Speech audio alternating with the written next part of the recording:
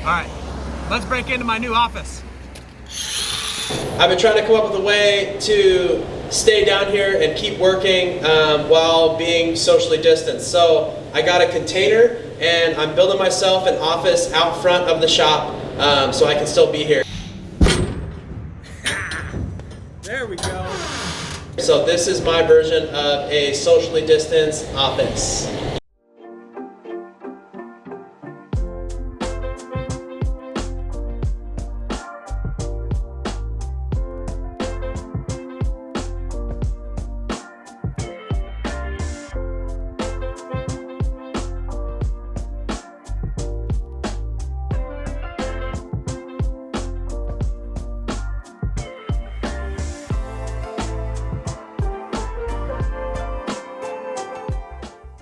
There is a ton of stuff to consider when building one of these containers, but first of all, I wanted an easy way to get in and out of this sucker. I didn't want to be opening the big double doors all year long, especially in the winter when it's cold. I just wanted to be able to jump in here real quick, shut the door behind me, and hopefully get it warm again. And then same thing in the summer if I want to cool it down. So I basically just cut the rough opening for the door, and I'm going to beef it back up with the frame.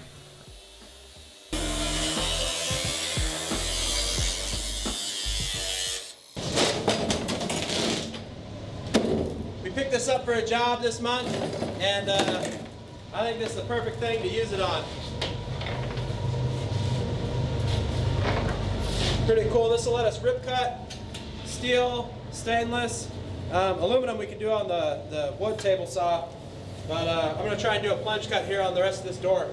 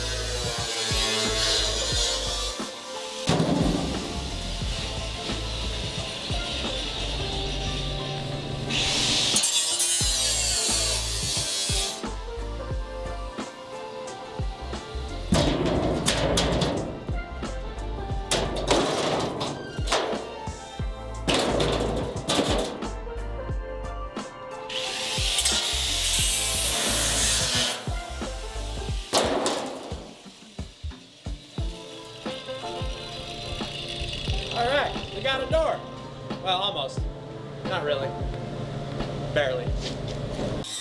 One big consideration when you're building containers, anytime you cut the sides out of these things, they can lose a lot of strength. Like originally they're designed to hold I think 6 or 8 containers fully loaded on top of each other, but part of that strength is this corrugated wall. So anytime you make a penetration through the wall, it's a good idea to go back and beef this up with some tubes. So that's what I'm doing here, is adding some 1x3 framing basically to make up for the corrugated material that I removed.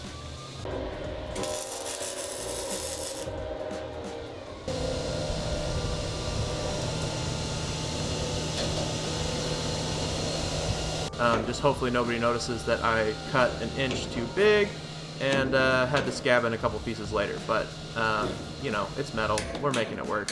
So this will be a nice solid base for my door.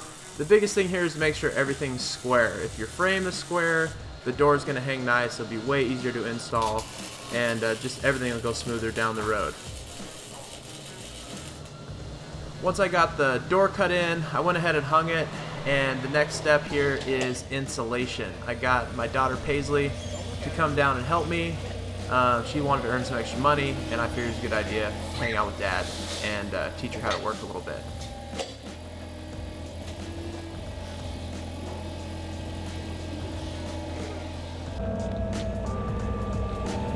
Probably for 1 second you steal my seat. Think that's gonna save you? Yes. I don't think so. You get over there, lady.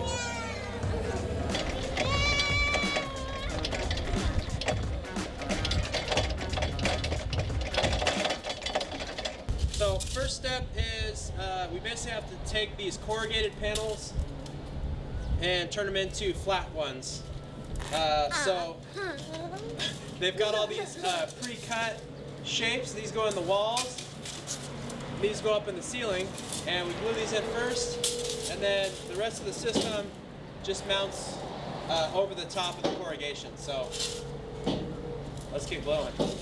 All right, these are supposed to be pre-engineered for containers to fit perfectly in here, but I think they shipped us the high bay ones after I told them this was a regular container. So we mount these up flush. It's overlapping. Yeah, so now we're gonna have We don't want that. So now we're gonna have to trim All of them. Yeah. And their video showed that they were coped out for these D-rings, and obviously they're not. Alright, so this is supposedly all that's going to hold the walls in place, but you know, I don't trust glue. These are engineers that made this stuff. What do you think about glue, Paige?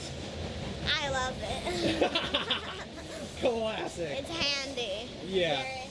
So hopefully this is pretty handy glue.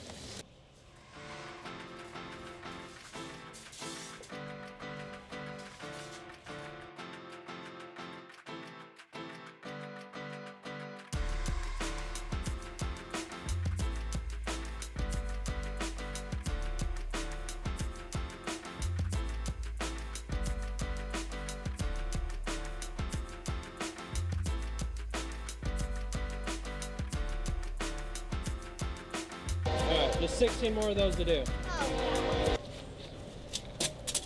Paisley's been out here laying all these out for the D-rings.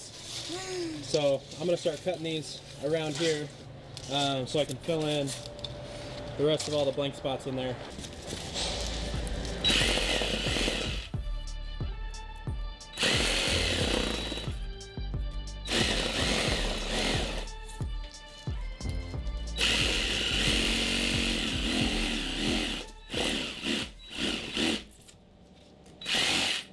Alright, oh, here comes trouble.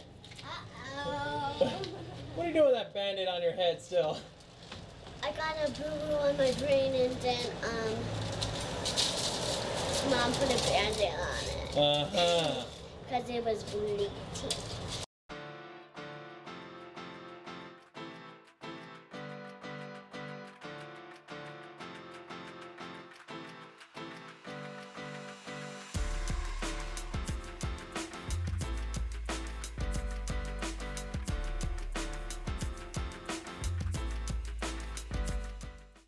Here's where we're at so far. We got all these filler panels. Well, not all of them. We're cruising though. I'm a little concerned because some of them have already popped off the wall. Just this glue goes against my better judgment. But we'll see how it works out. Yep. Alright, so this panel is what's supposed to be the big deal about this system, and what made me really want to get it. This is our insulation. These become our studs right here, and then in the back you can see there's this channel, and that's our electrical raceway, and then between each panel there's another track right here that we can run Romex wire in. So you're getting conduit, insulation, and studs all on the same step, supposedly. But the YouTube video I watched had this panel already combined with these recesses, so it was one thing that glued in. Now that they've shipped it to me, it's separated into two parts, where this is a separate project. Then we get into this, and then also originally these studs lined up with the corrugations here in the panel, but now they don't. So I think this is like their basement or like a generic panel they might be trying to go to. Which means I get less than half of the glue contact surface. So instead of having this whole stud tie in and glue onto one of these corrugations, I'm only going to get, 3 or 4 inches here and 3 or 4 inches here for each stud, which might be enough. I just don't know yet, and it's a pretty expensive thing to test out. But I guess I'll be the guinea pig here.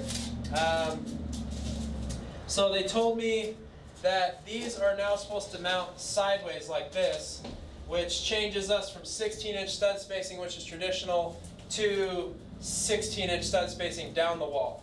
I'm not sure exactly how that's going to work out.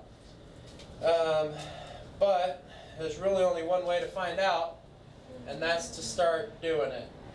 So I just have to pick a good starting point, and I think I'm going to pick this back corner and work my way forward and see how these land out.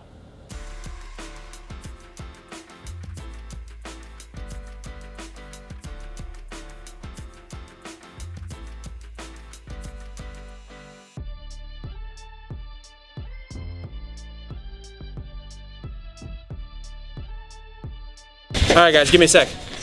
Okay, I don't know which day this is on the container build. I lost count and I started working kind of nights after work and like little half and quarter days, a couple hours here and there. So this is another day on the container build. As you can see, we've got the whole thing insulated. The doors have a little bit of schmoo we got to finish up, but it's pretty much there. Next steps are electrical and welding in the furniture before we start trimming everything out. I've got Dylan back here. He's our electrical extraordinaire. And then Steven. He's our main fabricator, wood guy. Marin in there showing some love. Show us some love, Marin. Yeah. Alright, so let's see here. We have these cool panels. They have these black things right here are the studs. Back in here, if you can see my finger doing obscene things, that's a electrical raceway where we can run Romex. And there's also raceways that run between every panel at the seams. So Dylan's gonna push all the wire, drop all the boxes. Steven's about to weld in all the permanent weld-in furniture. And yeah, so that's the plan. Wish us luck.